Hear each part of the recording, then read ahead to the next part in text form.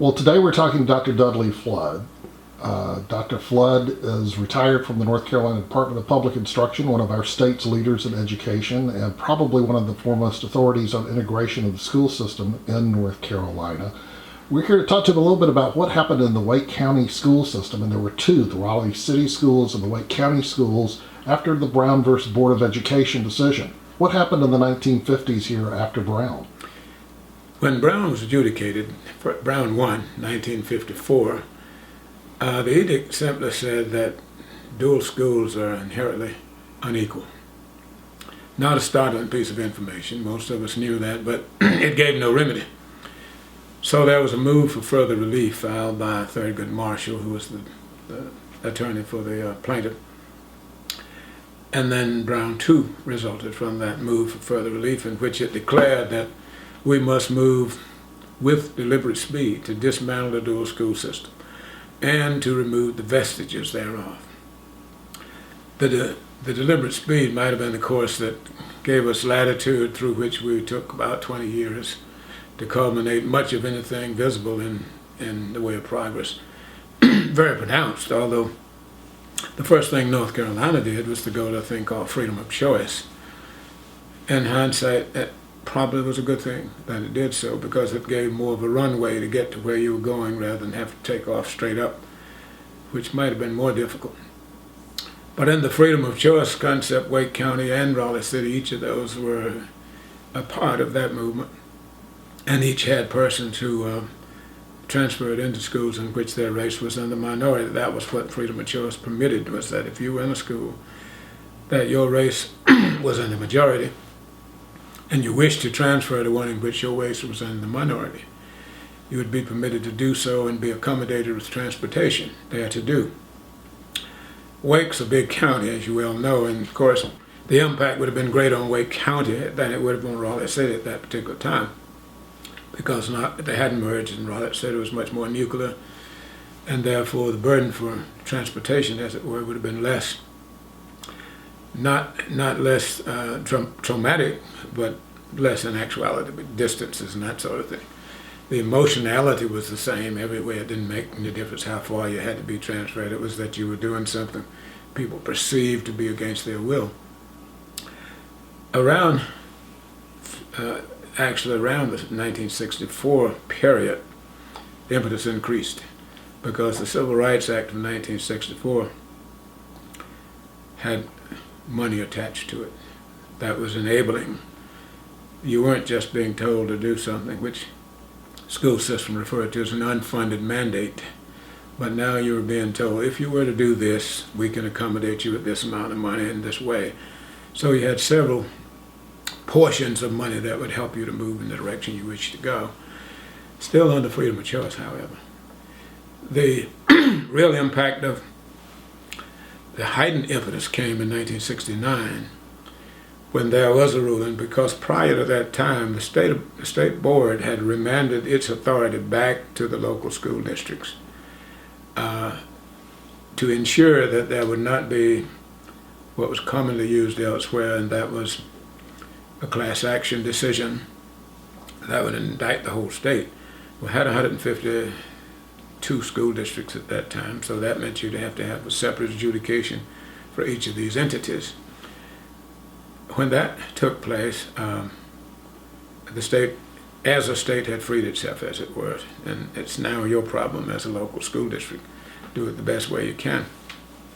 But in '69, we had a court case that was known as Godwin versus Johnston County, in which it was ruled that the state had an affirmative duty to generate remedies that would be impactful on moving more quickly than with deliberate speed for the desegregation.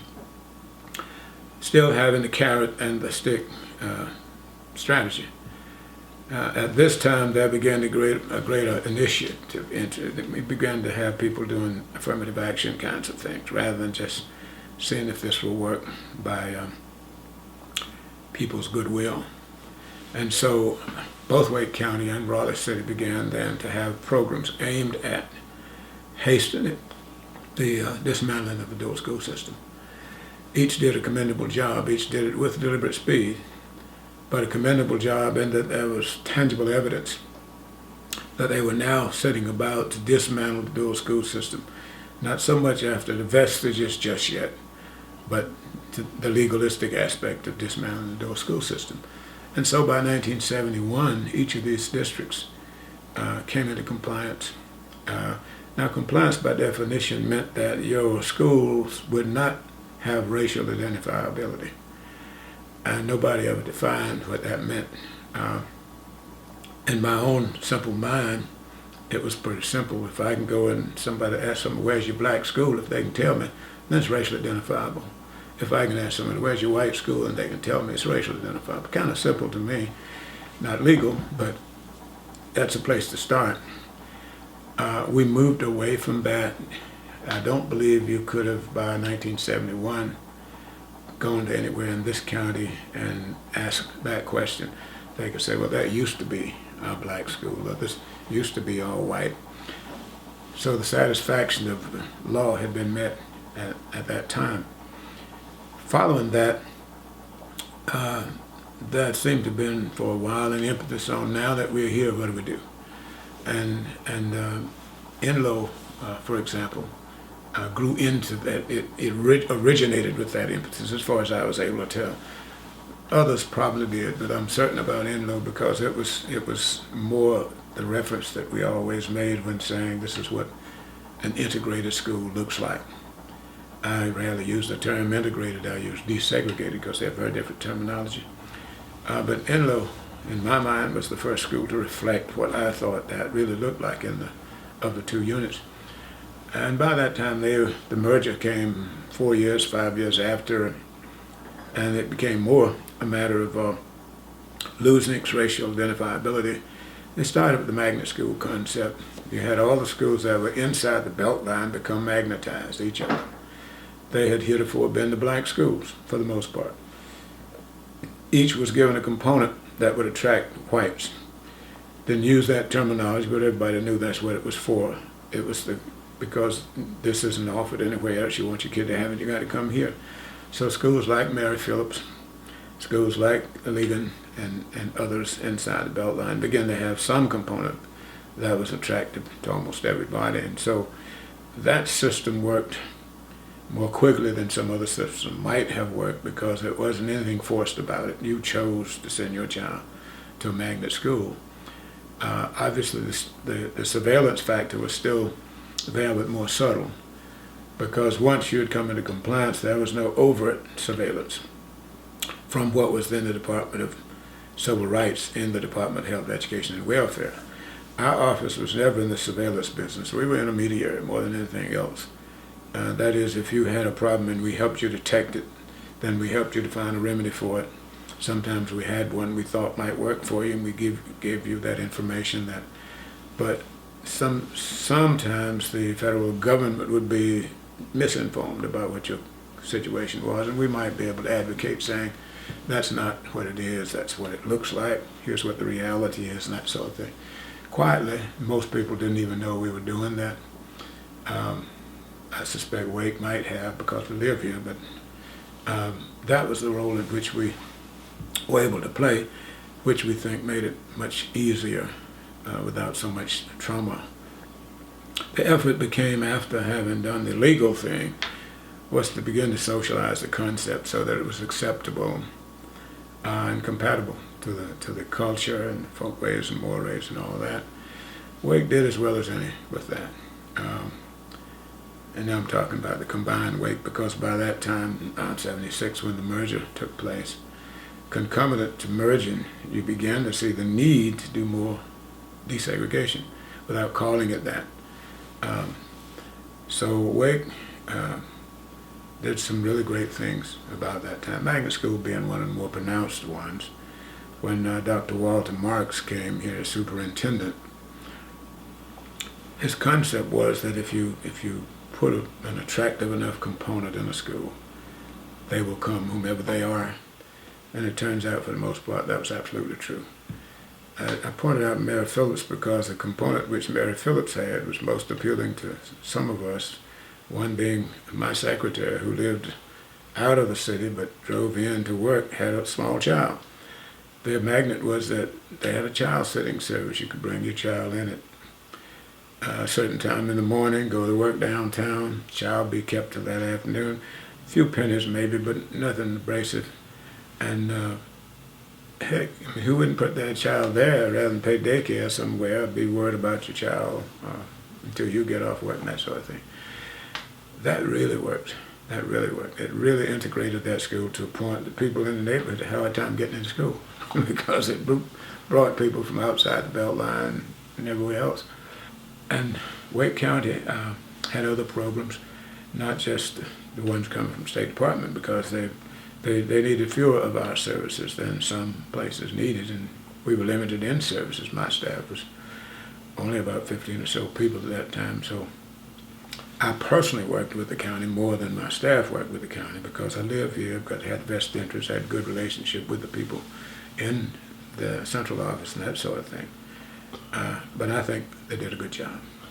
Is there a moment you recall from the work that you were doing with the state that you did something in Wake County that you thought was significant, or that Wake County did something to really progress and make a difference in desegregating the schools? I would target the magnet school effort as being that aha moment. First of all, while it wasn't that complicated, there were a whole lot of questions around how are you going to fund this thing, even to a point that some problems grew out of what funds ought to go into this and that and the other. But the perseverance of that section, because in most instances, there was no real effort made to preserve the heretofore black schools. It was generally that you either closed those schools or you diminished their significance in their outward function. And school's not the only function a school has. School for the black community is the center of its culture. It's a cultural center, always has been. And they were reluctant to let them go, you know. Many of the black people who resisted desegregation did so because the only thing they felt a kindred to was their school. And we had a one-year boycott down in one of the counties because you're talking about closing our school here. Even though it's leaking, even though you can't heat it, you're not going to close our school. When they were able to bring the general population into the inner city, as it were, without that much trauma, that would have been the telling factor to me that Wake County was serious about trying to do the right thing the right way. They did other little incidental things, but none rose to that level, that magnitude. Magnet school concept was clearly the benchmark of what made for the, quote, reasonable smooth transition for this county. If you look back now, what benefit do you see our community has gained by going the route that it did? One benefit is that I think Wake County in general, not the whole county, has come to realize for the first time that this is the capital county. This is the capital city. This city doesn't belong to Raleigheites, it belongs to all of North Carolina. And it has a moral obligation to set an example for North Carolina. This is the only city in North Carolina that was built to be what it is. It was built to be the state capital. It was built around 4 streets, East Street, West Street, North South Street. It was built to be the state capital. And it was ordained to be a model of how people ought to live and work and act and all the rest. I don't think it knew that. I don't think it behaved that way. I moved to Raleigh 45 years ago, and I didn't see that. I didn't see that. I would be in my own church and be recognized as a visitor, you know. There was no inculcation. No, there was no feeling of you're one of us. I take great pleasure in the fact that I personally think my staff introduced that concept to North Carolina. I think more than anything else that we ever did was we made you understand that all of us are part of all of us. And I think Wake County got it. I think it began to understand that we have a role greater than just to educate the people in our boundaries. So we'll take these fences down and let people come in. Now, we might have gone a little far with that right now. Since you and I have been talking, we probably had 10 families to move into here. That notwithstanding, we've set an example for the rest of the state. One last question. As a resident of Wake County, what do you think you gained personally what do you think we got out of that you got out of the desegregation in the school system? First-class citizenship. Very simple. I was not, in my mind, seen as a first-class citizen prior to the desegregation of public schools. Public school desegregation was the impetus to the total societal desegregation. We had pockets of people getting along with pockets of people in superficial ways, very superficial ways. I was a beneficiary of that because I've never not gotten along with people. But I saw people who were at least as worthy, and maybe more worthy than me, who were having a really hard time just being recognized as first-class people. And so the result of desegregation led to the recognition of equal status relationships, that we have equal respect one for the other.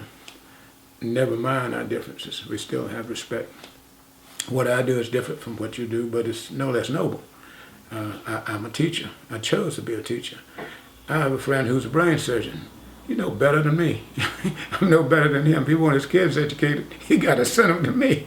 And so, this is what grew out of that, is an understanding not just along the lines of race, but along the lines of societal amalgamation, that if you're going to have an open society for free people, you cannot have these status assignments that group people somewhere and lock them into that particular position. And that's what school desegregation was designed to do in the first place. It had to be somewhere. And the best place to start was the only place that people have to go. We don't have any other entity that everybody has to go to. We'll put your parents in jail if you don't go to school. So everybody's got to go there. That was the right place to start. And furthermore, we don't do so much of that anymore, but you do have a public attendance law that says if you're not 16 years old, you got to be in school, and we don't come after you, we come after your folk. Why don't you have that kid in school? It works. It works. And if you're going to be here, then you need to learn to be compatible to the place that you are. And so there was so much growth in so short a period of time.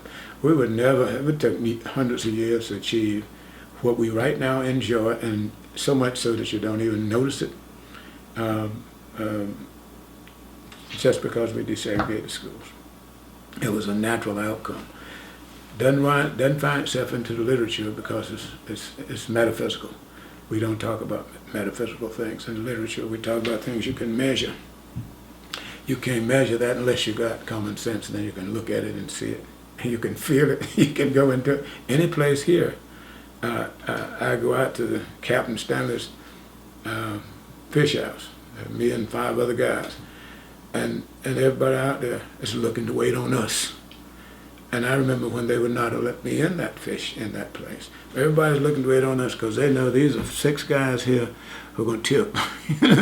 And they know they're going to be conducting themselves in a good manner. They're going to be cordial with the waitress, the waiter, and even with the cashier when we leave. They didn't know that about me. They thought I was a savage, just in sheep's clothing. Not me personally. Well, I got some of that, not as much as some people.